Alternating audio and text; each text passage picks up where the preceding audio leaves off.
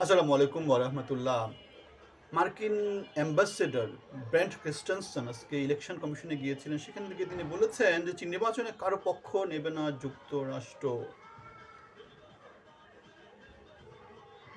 নির্বাচনে আমরা জানি বাংলাদেশের ইলেকশনে পরাশক্তি যারা আছে তারা ভূমিকা রাখে, কিছু কিছু ভূমিকা রাখে। বাংলাদেশের সরকার পড়ে গিয়েছে, সেখানে পরাশক্তিদের ভূমিকা আছে। ইউনূস সরকার ক্ষমতায় আসছে, সেখানে পরাশক্তির ভূমিকা আছে।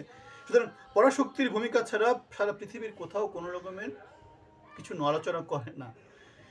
তাদের স্বার্থ সুরক্ষিত রাখতে হলে তারা আগে থেকে সে আলাপ আলোচনাগুলো সবার সাথে করে, বিএনপির সাথে করে, জামাতের সাথে করে, আওয়ামী লীগের সাথে করে, সরকারের সাথে করে, সেনাবাহিনীর সাথে করে। এই আলোচনাগুলো তাদের করতে হয়। এই আলোচনা করে তারা তাদের স্বার্থ সুরক্ষা করে, বাংলাদেশও তাদের স্বার্থ সুরক্ষা করার চেষ্টা করে। আমরা এখানে উইন উইন যদি করতে পারতাম সেক্ষেত্রে আমাদের জন্য উপকার হতো। কেন যেটা দেখতে পাই আমরা, পরাশক্তিদের স্বার্থ রক্ষা করার জন্য বাংলাদেশের ক্ষমতায় যারা আছে, যারা ক্ষমতায় যাবে, তারা বাংলাদেশের স্বার্থকে বিক্রি করে দেয়।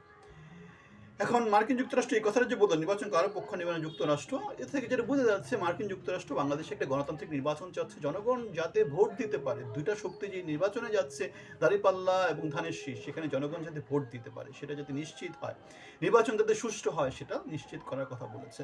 সুষ্ঠু নির্বাচন হলে বাংলাদেশে আওয়ামী লীগের অনুপস্থিতিতে একটা দল ক্ষমতায় আসতে পারে।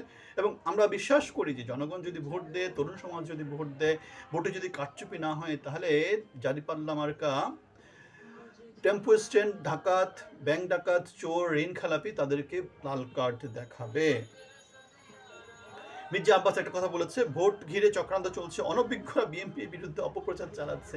তারা খুব অভিজ্ঞ, চুরি ডাকাতিতে অভিজ্ঞ, ভোট ডাকাতিতে অভিজ্ঞ, দিনের ভোট রাতে করাতে তারা অভিজ্ঞ, তারা ব্যালট বাক্স চুরি করাতে অভিজ্ঞ, তারা খুন করাতে অভিজ্ঞ, তারা অভিজ্ঞ, সত্যি তারা অভিজ্ঞ, ঠিক আছে। কিন্তু আমরা সেই অভিজ্ঞতাতে 54 বছরের বাংলাদেশকে দেখেছি, এবং সেই অভিজ্ঞতাতে আমরা দেখেছি বাংলাদেশ শুধু পিছিয়েছে, শুধু পিছিয়েছে, শুধু পিছিয়েছে। বাংলাদেশ 90-এ গণ আন্দোলন করেছিল, বিএনপি ক্ষমতায় এসেছিল, তারপরে জ্বালাও পোড়াও, আবার আওয়ামী লীগ ক্ষমতায় এসেছে, তারপরে আবার জ্বালাও পোড়াও, তারপরে আবার বিএনপি ক্ষমতায় এসেছে, আবার জ্বালাও পোড়াও, তারপরে তো বাংলাদেশের ফ্যাসিজম প্রতিষ্ঠা হলো।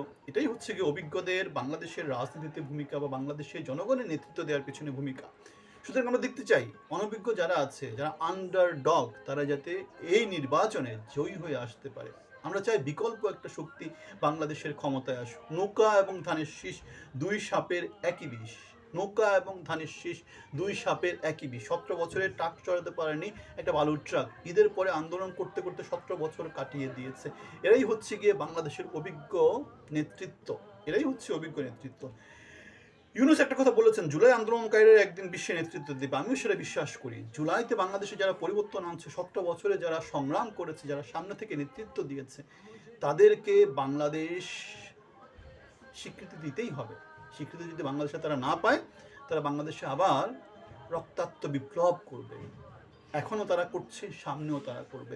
এবং তারা কারা? তারা হচ্ছে বাংলার তরুণ সমাজ। বাংলার তরুণ সমাজ বর্তমানে বাংলাদেশের 2 জন ভোটারের একজন, কোথাও কোথাও কোথাও 3 জন ভোটারের একজন। এই যে তরুণ সমাজ যারা আছে, যারা বিপ্লবী ছিল, যারা সংগ্রামী ছিল, তারা সহজেই থেমে যাবে না। তারা এই বস্তা পচা লোকজন, যারা 90 বছরের লোকজনদের মনোনয়ন দিয়ে, চোর ডাকাতকে মনোনয়ন দিয়ে, বাটপাটদেরকে দিয়ে সংসদ তৈরি করার চিন্তা ভাবনা করছে, যারা লুটপাটের সংস্কৃতি বাংলাদেশে চালু রাখার চেষ্টা করছে, যারা স্টাবলিশড যেই রাজনীতিটা বাংলাদেশে আছে সেটাকে ধারণ করতে চাচ্ছে, যে রাজনীতির একমাত্র উদ্দেশ্যই হচ্ছে বাংলাদেশকে লুটে পুটে খাওয়া। 54 বছরের বাংলাদেশ আমাদেরকে সেটাই বলে। সুতরাং ইউনূস যে কথাটা বলেছে আমরা সেটাতে বিশ্বাস করি। কেন? তরুণ সমাজ সারা পৃথিবীতে পরিবর্তন এনেছে। 24-এর গণ আন্দোলন তরুণ সমাজরাই করেছে, 71-এ যে স্বাধীনতা সংগ্রাম সেটা তরুণরাই করেছে। সুতরাং তরুণরা যতদিন পর্যন্ত বাংলাদেশে অ্যাক্টিভ থাকবে, তরুণদের বয়স যতদিন পর্যন্ত সরকারে শোনা যাবে না, ততদিন পর্যন্ত একটা গ্যাপ থেকে যাবে। সেই গ্যাপটা তরুণরা সবসময় গ্যাপটা ক্লোজ করার চেষ্টা করবে। সরকারকে সেটা করতে বাধ্য করবে, সরকার সেটা করতে বাধ্য হবে, সরকারের কাছ থেকে সেটা আদায় করবে। তরুণরা এই কাজটা করেছে, তরুণরা সামনেও সেটা করবে। সুতরাং বাংলাদেশে পরিবর্তন আসতেই হবে। আমরা নতুন একটা শক্তিকে বাংলাদেশের ক্ষমতায় দেখতে চাই, এবং সেই নতুনত্বের ধারক এবং বাহক হচ্ছে গিয়ে বাংলাদেশ জামাতে ইসলামী। বাংলাদেশ জামাতে ইসলামের জন্য আমি আপনাদের সবার কাছে ভোট চাচ্ছি। আপনারা সবাই ভালো থাকবেন। আসসালামু আলাইকুম।